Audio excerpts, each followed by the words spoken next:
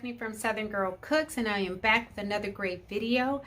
Guys, today we're going to be making my Mississippi mud pie, and this is a request from my girl. I can't think of her name right now, but I'll put her name down below. So I appreciate you watching, and I appreciate you giving me a suggestion on what to prepare for you guys. We're going to prepare our crust.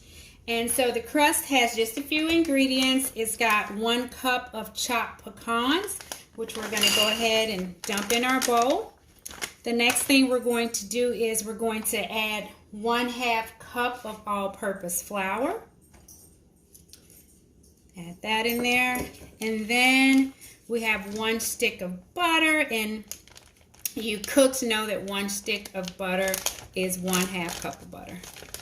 So we're going to mix this very well. It's going to form a soft ball, and then we'll press that into our pie pan. And if you're one of those cooks who likes to use gloves, please feel free to do so. Now guys, I use pecans for mine. Many use walnuts. It's up to you. Some folks use almonds. Is really the type of nuts that you choose that you want to use. You can have some fun with this recipe, and there are many different variations to the type of nut that you can use. Okay, so once you have it all mixed up, you want to go ahead and get your pie pan.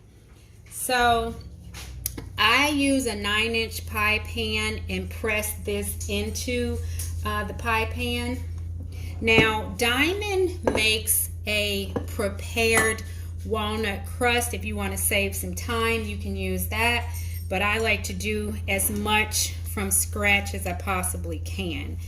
That's the reason for the tutorial on making the crust. Okay, so we're just going to press this in.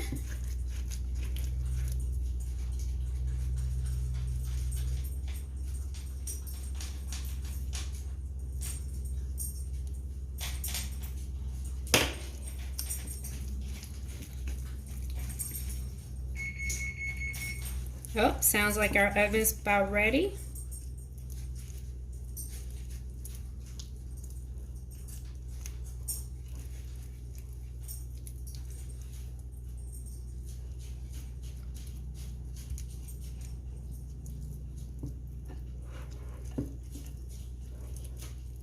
Now, if you're having trouble getting it to kind of form into a crust, you can stick it in the fridge for probably about 10 minutes just for it to chill a little bit, so that it'll make it easier for you to work with. And I think that's what I'm going to do here. So I'll be right back. Okay, so I just took this out of the refrigerator and have started to fill the bottom in with it, and it did, once the butter started to cool more, it made it easier to work with. So what I'm going to do now is I'm going to stick this in the oven, and I'm going to cook it for I think I'm going to cook it for 20 minutes. Okay, so while your crust is cooking, guys, you want to go ahead and prepare your chocolate filling. And so you can buy Kraft or Jell-O. I picked up some great value chocolate instant pudding. And so you're going to need 2 containers of that, the 3.9 ounces. You're also going to need 2 cups of really cold water, or 2 cups of really cold milk.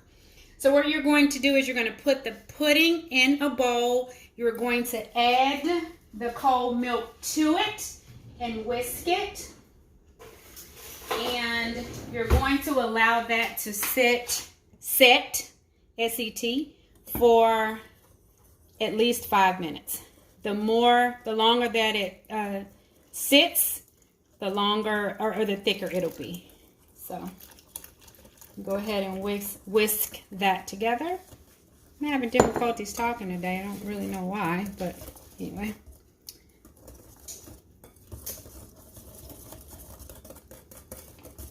If you don't have a whisk, you don't have to go out and buy one. I am visiting my mom, and she luckily has a whisk, and so that's what I'm using. And I can already feel it starting to stiffen up in my hands. Now, some people at this point will add vanilla to it. Just, you know, a teaspoon of vanilla. I'm not going to do that. I don't typically do that, but feel free to, again, add variations if that's something that you're interested in doing. Ooh, it's like super thick already.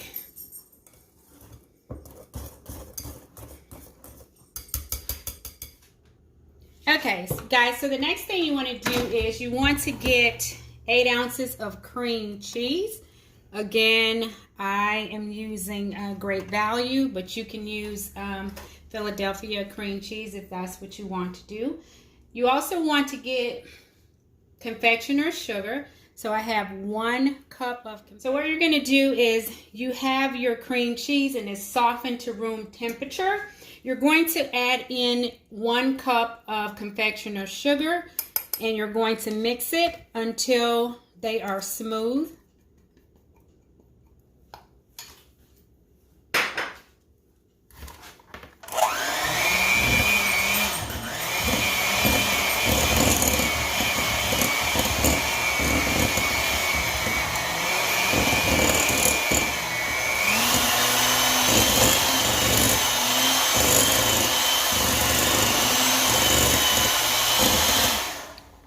Can do is that's pretty much mixed in together. You can turn your mixer off and mix in the powdered sugar that did not get mixed in initially, and that way once you turn your mixer back on, it'll be all mixed in together. And I'll tell you, if you don't have a mixer, you don't need to go out and buy one. A little bit of elbow grease, and you'll be able to achieve the same results that I have here.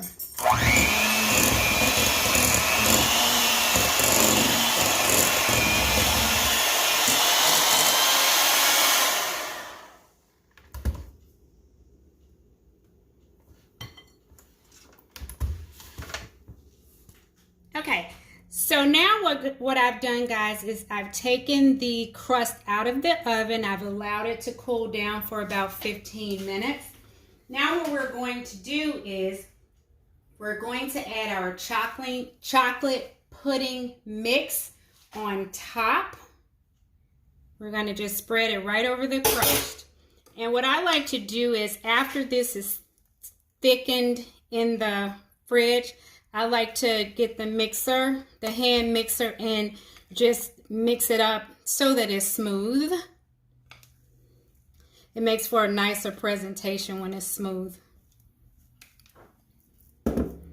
Okay, so we're just gonna spread this right over the crust. Oh, that smells so good. I'm gonna take it all the way out. And what you'll notice is that I didn't take the crust up the side of the pan, but you're welcome to do that if that's something that you would like to do. I just want a crust on the bottom. Not that I have anything against crust. That just is what I decided to do. Okay. So now that we have that on there, we're going to set that aside for a moment. So we'll be coming back to it very shortly. So the next thing we're going to do is you want to grab your heavy cream.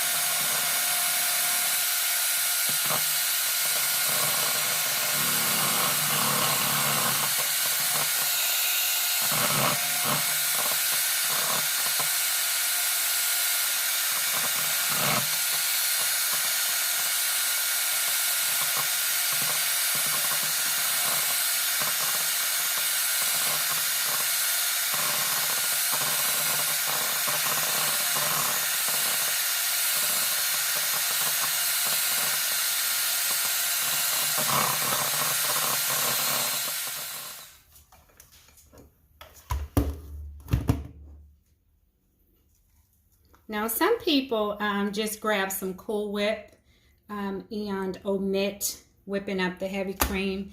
But again, I like to do as much from scratch as I can. And again, you're just folding this in, so there's no need for you to use the mixer. You don't want to add too much air into it. You've already added quite a bit of air in it when you added or when you mixed up the heavy cream. So just fold that in.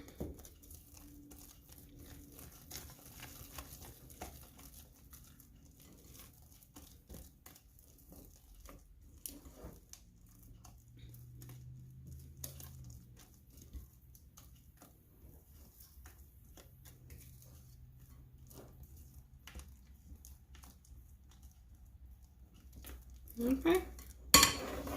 You're going to grab your pie.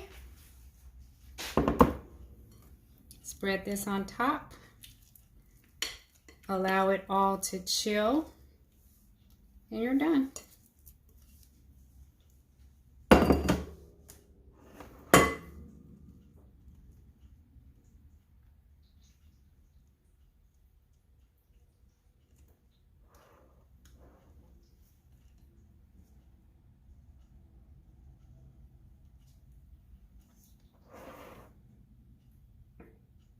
If you like, you can garnish this with pecans and chocolate curls, but I'm just going to leave it the way it is.